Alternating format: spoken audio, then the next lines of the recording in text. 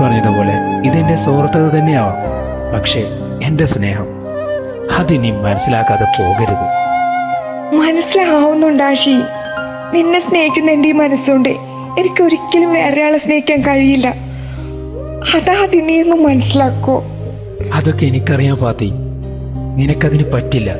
പക്ഷേ ഫാത്തി, എന്റെ സ്നേഹത്തിന് ഇത്രയെങ്കിലും ആത്മാർത്ഥത നീ കാണുന്നുണ്ടെങ്കിൽ ഞാൻ പറയുന്നത് നീ അനുസരിക്കും.